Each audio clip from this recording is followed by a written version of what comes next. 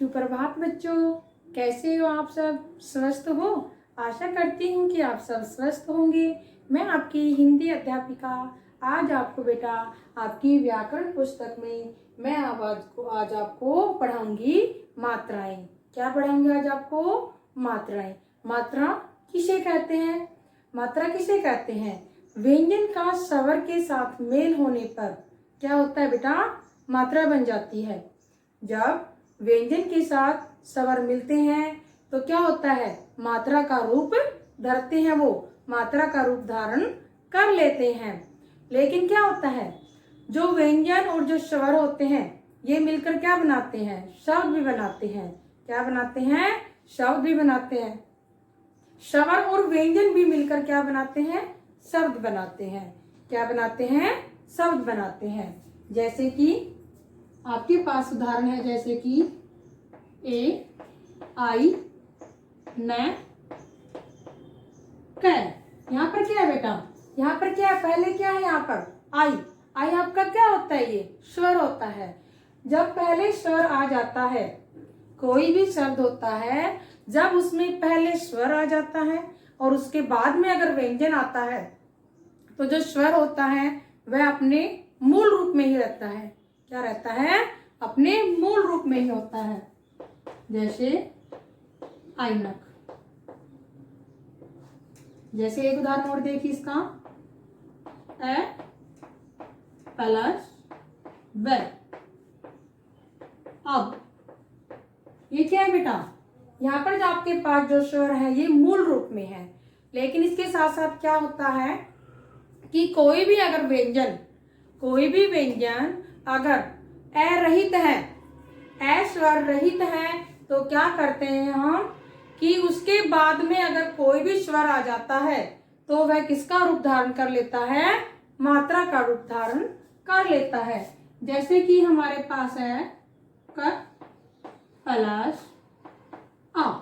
यहाँ पर क्या है बेटा? हमारे पास जो यहाँ पर का है, ये क्या है? स्वर रहित है। यहाँ पर इसके नीचे हलंत लगा हुआ है और इसके साथ में क्या है? आ। आ आपका स्वर है, तो ये आ है आपका। यहाँ पर वे जब व्यंजन के साथ स्वर का मेल हो जाता है तो क्या होता है बेटा? ये मात्रा के रूप का रूप धारण कर लेते हैं। मात्रा का रूप, मात्रा बन जाती है आपकी। अब आपके पास यहाँ पर कै के साथ जो खड़ी पाई जो लगी है, ये क्या है बेटा? ये आ की मात्रा का चिन्ह है। ये निर्धारित किया गया है कि आपके पास जो ये खड़ी पाई है और इसके नीचे कै के साथ ये जो चिन्ह लगा है, ये किसकी मात्रा का है? ये आ की मात्रा का चिन्ह है। और यहाँ पर देखो, अगर आपके सामने अगर शिरोरेखा के ऊपर अगर आपके पास यहाँ एक मात्रा है तो ये किसका चिन्ह है? यह आई का चिन्ह है आपका, ए का चिन्ह है। ये आपका किसका चिन्ह है बेटा? ये आपका ए का चिन्ह है। और अगर इसके साथ डबल मात्रा हो जाती तो क्या होता? आई का होता। लेकिन यहाँ पर ये क्या है? यहाँ पर ये आपका मूल स्वर है। तो मूल स्वर है तो उसको हम मूल स्वर में ही लिखेंगे, इसको हम आई की मात्रा के साथ नहीं लिख सकते।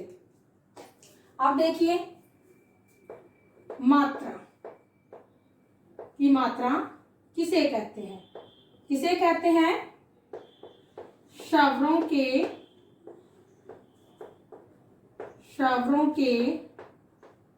निश्चित चिन्हों को, स्वरों के निश्चित चिन्हों को, स्वरों के निश्चित चिन्हों को मात्रा कहते हैं। क्या कहते हैं बेटा? स्वरों के निश्चित चिन्हों को मात्रा कहते हैं।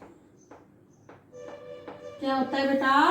स्वरों के निश्चित चिन्हों को मात्रा कहते हैं। अब हम देखेंगे कि हम स्वर के साथ व्यंजन का मेल करके उनकी मात्रा कैसे लगाएंगे और उनसे शब्द कैसे बनाएंगे।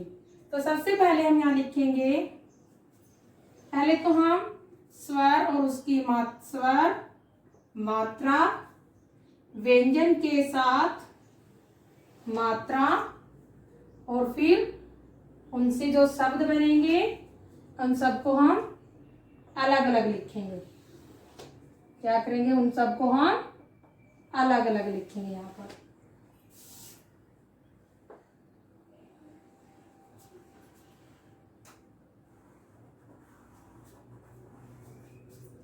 तो क्या लिखेंगे, सबसे पहले लिखेंगे हम स्वर, फिर लिखेंगे हम मात्रा।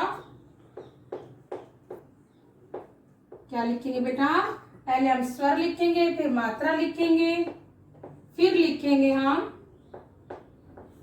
व्यंजन के साथ मात्रा, व्यंजन के साथ मात्रा, और फिर लिखेंगे हम शब्द।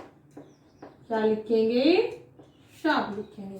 अब आप सबसे पहले हम लिखेंगे स्वर में ए, और आप सभी को पता है ए की कोई मात्रा नहीं होती, लेकिन क्या होता है, जितने भी जो हमारे व्यंजन है, सभी व्यंजनों के उच्चारण के लिए हमें ए स्वर की सहायता लेनी पड़ती है। बिना ए स्वर की सहायता के हम व्यंजनों का उच्चारण नहीं कर सकते हैं। तो देखिए, त प्लस ए क्या बन जाएगा, तर, और इससे आपका शब्द क्या बन जाएगा, तन। शब्द क्या बन जाएगा आपका, तन। आप देखिए आप सभी को पता है आ की मात्रा ऐसे लगती है, शिरोरेखा के नीचे एक खड़ी पाई के रूप में लगती है आ की मात्रा। अब व्यंजन के साथ इसका प्रयोग देखिए, त प्लस आ ता, शब्द क्या बन जाएगा, ताला। अब देखिए ई की जो मात्रा होती है यह आपकी ऐसे लगती है, त प्लस ई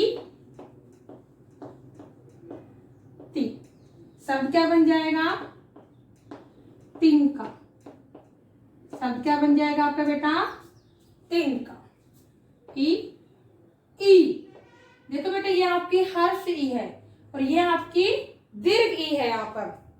तो जो दीर्घ ई होती है वह कैसे लगती है, ये आपके पास जो हर्ष जो ई होती है इसकी मात्रा ये आपकी व्यंजन के आगे से लगती है, और जो दीर्घ है इसकी मात्रा हमेशा पीछे की तरफ से लगती है।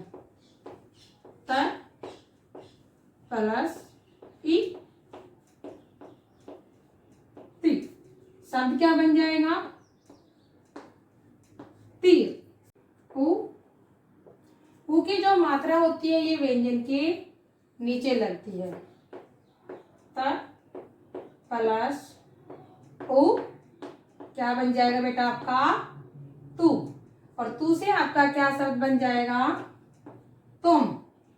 तू से आपका क्या शब्द बन जाएगा, तुम। ऊ, बड़े ऊ की मात्रा भी व्यंजन के नीचे ही लगती है, जैसे त प्लस ऊ क्या बन जाएगा, तू, और इसे शब्द क्या बन जाएगा आपका, तुलिका। क्या बन जाएगा, तुलिका।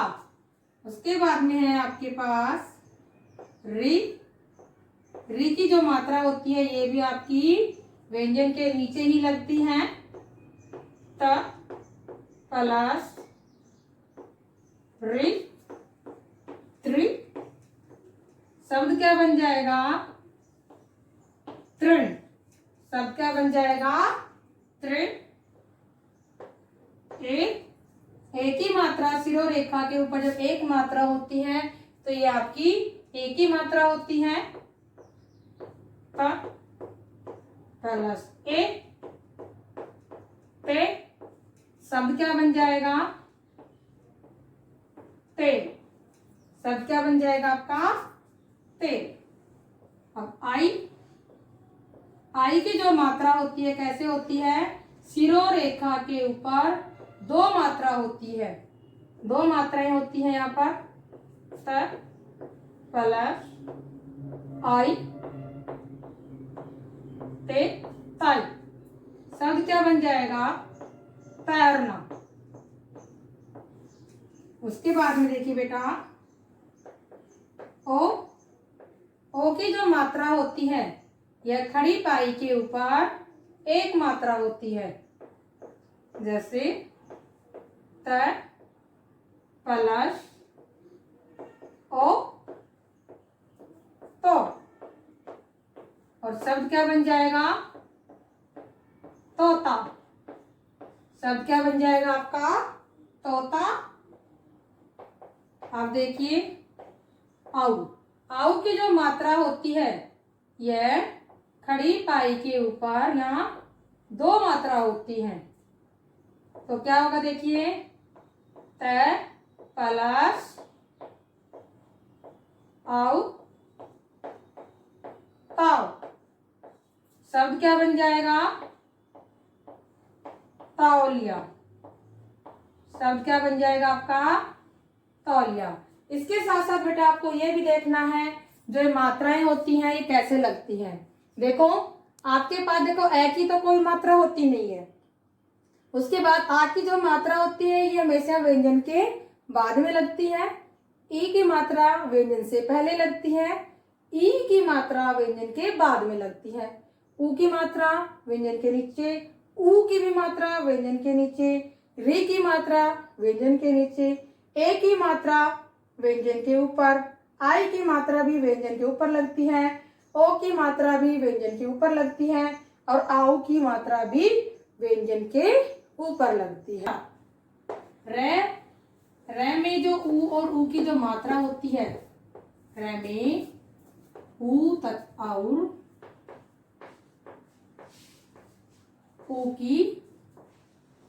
उ तथा ओ की मात्रा होती है वह कैसे लगती है? देखो बेटा, रे में उ तथा उ की मात्रा, ये रे में कभी भी व्यंजन के नीचे नहीं लगेंगी। रे में हमेशा उ की जो मात्रा होगी वह हमेशा बीच में लगेगी। जैसे र उ, रे उ की मात्रा ऐसे होती है, रे उ क ए। क्या बन जाएगा? रो। तो यहाँ पर जो मात्रा होगी ये आपकी ऐसे होती है। उ की आपके पास जो छोटा उ होता है उसकी मात्रा हम ऐसे करके लगाते हैं, और उसके साथ साथ देखो, रे के साथ आपके जो बड़ा उ है, उ की जो मात्रा होती है ये आपकी कैसे लगेगी? देखो, जैसे रे उ प ए, रूप। तो यहाँ पर जो मात्रा होगी ये उ की मात्रा होती है, ये थोड़ी सी गुंडी घूम के होती है इसमें। तो यहाँ पर जो बड़े उ की मात्रा होगी रे के साथ तो आपको ऐसे लगानी होगी, और जब रे के साथ आपको छोटे उ की मात्रा लगानी है तो आप उसको ऐसे लगा। आशा करती हूँ कि आपको ये अच्छे से समझ में आ गई होंगी सभी मात्राएं, और ये आपको अपनी नोटबुक में अच्छे से राइट करनी है। Okay, thanks.